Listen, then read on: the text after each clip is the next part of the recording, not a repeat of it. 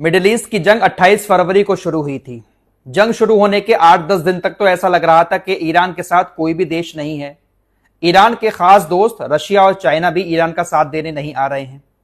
लेकिन दोस्तों, अब खुलकर रशिया और चाइना ईरान के समर्थन में नजर आने लगी हैं। लगातार चाइना और रशिया की तरफ से अब स्टेटमेंट भी आ रहे हैं ईरान के समर्थन में, और अंदर अंदर रशिया और चाइना मदद भी कर रहे हैं। बहुत सारी रिपोर्ट्स आ चुकी है कि रशिया और चाइना खुलकर खुफिया जानकारी ईरान के साथ शेयर कर रहे हैं। ईरान ने अमेरिकी ठिकानों को कहां कहां पर नुकसान पहुंचाया है, उसकी सैटेलाइट तस्वीरें भी चाइना की तरफ से ही जारी की जा रही हैं, क्योंकि चाइना का सैटेलाइट लगातार मिडिल ईस्ट पर नजर रख रहा है। रशिया जो खुफिया जानकारी दे रहा है, उसके चलते हुए ईरान सटीक ड्रोन हमले मिडिल ईस्ट के देशों में कर रहा है। अमेरिका का कोई अधिकारी होटल के अंदर अगर छिपा हुआ भी है तो वहां पर जाकर भी ईरान का ड्रोन अटैक कर देता है। फिलहाल यूएई पर भी काफी हमले हुए हैं पिछले 24 घंटे में, उसकी डिटेल आप लोगों को बताएंगे। लेकिन सबसे पहले रशिया का एक बड़ा स्टेटमेंट आपको सुना देते हैं। दरअसल स्ट्रेट ऑफ हॉर्मुज को खुलवाने की लगातार ट्रंप की तरफ से कोशिश की जा रही है। रशिया ने भी इसमें अब दखल दे दिया है। रशिया और चाइना के जहाज तो आराम से गुजर ही रहे हैं, जो खास दोस्त हैं उनके जहाज गुजर रहे हैं। रशिया ने अमेरिका को चेतावनी दी है, अमेरिका की स्ट्रेट ऑफ हॉर्मुज को खुलवाने की किसी भी कोशिश को नाकाम कर दिया जाएगा। रशिया ने खुलकर तो यह बात नहीं बोली है कि हम इस जंग में उतरकर अमेरिका को रोकेंगे, लेकिन कहीं ना कहीं हिंट दे दिया है कि अगर जबरदस्ती अमेरिका स्ट्रेट ऑफ हॉर्मुज को खुलवाने की कोशिश करता है तो उसकी इस कोशिश को नाकाम कर दिया जाएगा। वैसे आपको मैं बता चुका हूं, जो चेचन गणराज्य है रशिया का, रमजान कादिरोव की सेना जो है वो आने को पूरी तरह से तैयार है। ईरान की तरफ से भी इस बात को कंफर्म कर दिया गया है। ट्रंप जो काफी दिन से अपनी सेना को उतारने की बात कर रहे हैं, अगर जमीनी स्तर पर स्ट्रेट ऑफ हॉर्मुज खुलवाने के लिए अमेरिका की सेना उतरती है तो दोस्तों, रमजान कादिरोव की सेना भी मिडिल ईस्ट में पहुंच जाएगी। चेचन गणराज्य की ये जो रमजान कादिरोव की सेना है ना, ये रूस के इशारे पर ही चलती है।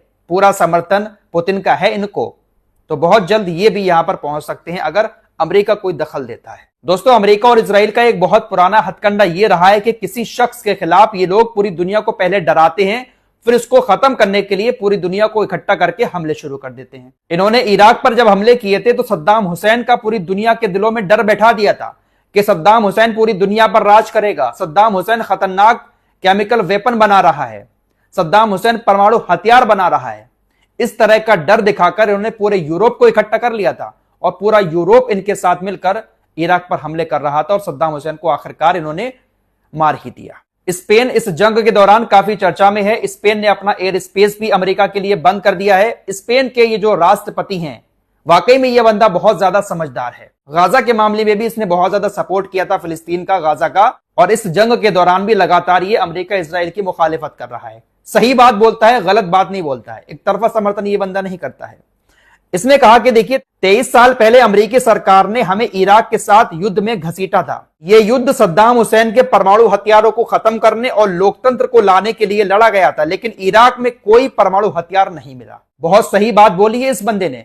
पूरे यूरोप को अमेरिका और इजराइल लेकर आ गए थे मिडिल ईस्ट में परमाणु हथियार खत्म करने के नाम पर, सद्दाम हुसैन को मिटाने के नाम पर, लेकिन इराक के अंदर ना तो कोई केमिकल वेपन मिला और ना ही परमाणु हथियार मिला। अमेरिका इराक का तेल लेना चाहता था और अमेरिका को तेल मिल भी गया। यही वो ईरान के साथ भी करना चाह रहा है। अमेरिका और इजराइल ने पूरी दुनिया को डराने की कोशिश की कि ईरान परमाणु हथियार बना रहा है, ईरान सबके लिए खतरा पैदा करेगा, लेकिन पूरी दुनिया इस बार इनके झांसे में नहीं आ रही है।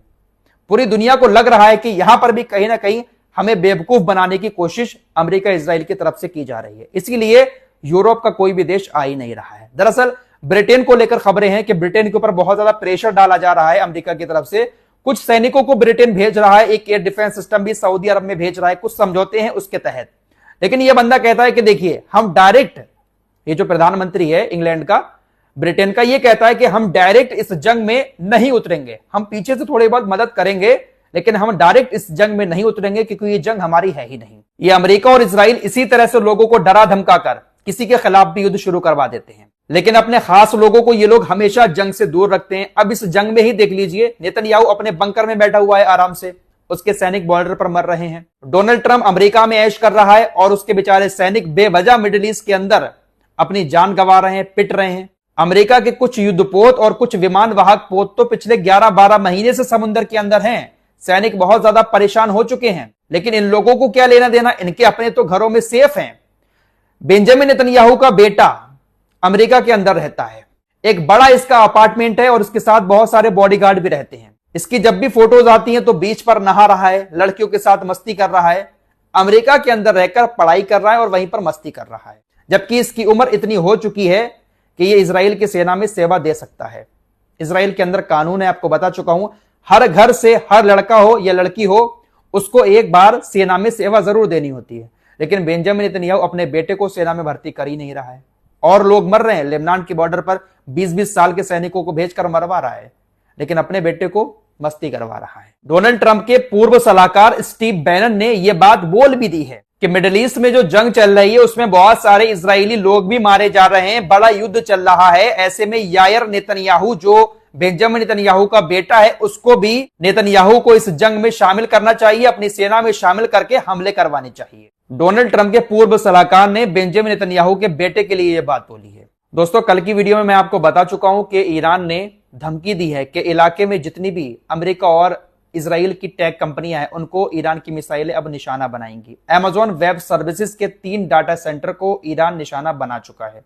कल की वीडियो में आपको बता चुका हूं, एक डाटा सेंटर बहरीन के अंदर था, उसको निशाना बनाया गया, उसको भी बहुत ज्यादा नुकसान हुआ। और 2 डाटा सेंटर दुबई के अंदर, यूएई के दुबई के अंदर थे, उसको भी निशाना बनाया गया है। तो 3 data centre Amazon web service के ईरान के ड्रोन तबाह कर चुके हैं।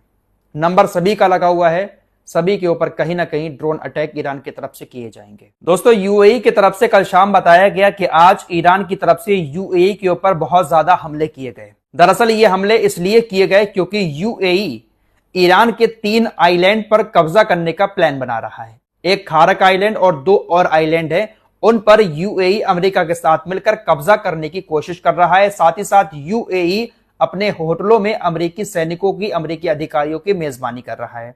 इसी के चलते हुए कल यूएई के ऊपर ईरान ने बहुत सारे हमले किए। इसकी जानकारी खुद यूएई की तरफ से दी गई है कि कल का दिन काफी भारी रहा, बहुत सारे हमले ईरान की तरफ से यूएई की तरफ आए हैं। दोस्तों, अमेरिकी अखबार वॉल स्ट्रीट जर्नल की एक रिपोर्ट सामने आई है। इस जंग के शुरू होने से पहले सऊदी अरब के अंदर अमेरिका के जो सैनिक हैं, उनके कमांडर हैं, उन्होंने राष्ट्रपति से कहा था, जो अधिकारी हैं अमेरिका के, उनसे कहा था कि इस वक्त हमारे ठिकाने सऊदी अरब में जिस जगह पर हैं उसको वहां से दूसरी जगहों पर ट्रांसफर कर दिया जाए। सऊदी अरब के अंदर अमेरिका का जो प्रिंस सुल्तान एयरबेस है, जहां पर सबसे ज्यादा नुकसान ईरान की मिसाइलों से अमेरिका को हुआ है, वो दक्षिण की साइड में है। अमेरिकी कमांडरों ने कहा था कि इस बेस को पश्चिम की तरफ ले जाओ, लेकिन किसी ने उनकी बात नहीं मानी और नतीजा अब आपके सामने है। प्रिंस सुल्तान एयरबेस पर तबाही मचा दी है ईरान की मिसाइलों ने, बड़े बड़े विमानों को यहां पर नष्ट कर दिया है। अमेरिकी कमांडर जो प्रिंस सुल्तान एयरबेस पर तैनात हैं, उनको इस बात का पहले से ही डर था कि ईरान की मिसाइलें यहां पर हमें निशाना बना सकती हैं, लेकिन अमेरिकी अधिकारियों ने हल्के में ले लिया। अमेरिकी अधिकारियों ने सोचा कहां ईरान इतने हमले करेगा, एक ही दिन में हम ईरान को खत्म कर देंगे, लेकिन ईरान ने सबकी हालत खराब कर दी। फिलहाल स्टेट ऑफ हॉर्मुज बंद है। बड़ी खबर मलेशिया से आ रही है। मलेशिया की सरकार को स्टेट ऑफ हॉर्मुज से गुजरने की इजाजत ईरान की तरफ से दे दी गई है। मलेशिया के अंदर ईरान की जो एम्बेसी है, उस एम्बेसी में जो राजदूत हैं, उनकी तरफ से कहा गया है कि मलेशिया हमें मित्र देश कहता है, इसलिए मलेशिया के सारे जहाज इधर से गुजरेंगे। एक खबर चल रही थी कि मलेशिया से भी टोल टैक्स वसूला है ईरान ने, यह बिल्कुल गलत है। मलेशिया के सारे जहाज स्टेट ऑफ हॉर्मुज से आसानी से गुजरते रहेंगे। साथ ही साथ ब्रिटेन के अंदर ईरान की एम्बेसी के जो राजदूत हैं, उन्होंने ब्रिटेन को भी चेतावनी दे दी है। दरअसल ऐसी खबरें आ रही थी कि ब्रिटेन के जो मिडिल ईस्ट में बेस बने हुए हैं, उन बेस का इस्तेमाल अमेरिका हमले करने में कर सकता है या फिर अमेरिका इस्तेमाल कर रहा है। ईरान ने कहा कि अगर हमें कोई भी सबूत मिल गया इस बात का कि मिडिल ईस्ट में ब्रिटेन के बेस से हमारे ऊपर हमले हुए हैं, तो हमारे फिर टारगेट पर ब्रिटेन के बेस भी आ जाएंगे। यानी मिडिल ईस्ट के अंदर अभी तक ईरान अमेरिका के बेस को निशाना बना रहा था, फिर ब्रिटेन के बेस भी ईरान की मिसाइलों के निशाने पर आ जाएंगे। खुली चेतावनी ईरान के राजदूत जो ब्रिटेन के अंदर है, उन्होंने ब्रिटेन की सरकार को दे दी है। तो करेगा कोई, भरेगा कोई, यही चल रहा है इस वक्त मिडिल ईस्ट के अंदर। इस रिपोर्ट में इतना ही। कुछ और खबरों के साथ फिर हाजिर होंगे। अपना ख्याल रखिएगा। अल्लाह हाफ़िज़।